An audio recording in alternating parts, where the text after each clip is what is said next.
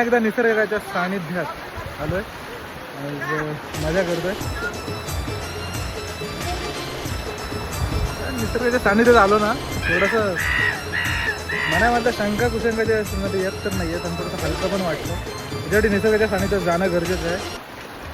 आणि त्याच्यासोबत आपल्या जर गावातली पोरं असतील, ठीक आहे, मित्र तर आहेत आपल्या गावातली, जर पोरं असतील त्यांच्यावर आपण मोठे झालो आहे तर ती मजा वेगळीच असते आणि प्रत्येकजण त्या मजा घेतो. आज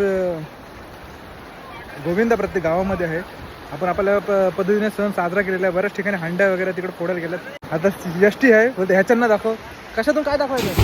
हो हो, बघा बघा बघा, हा घोल मासा आहे, घोल मासा. हा हे म्हणे काय आहे, तू काय पितोय? रस्सा. कसला रस्सा आहे? रस्सा चिकन मॉन्जुला.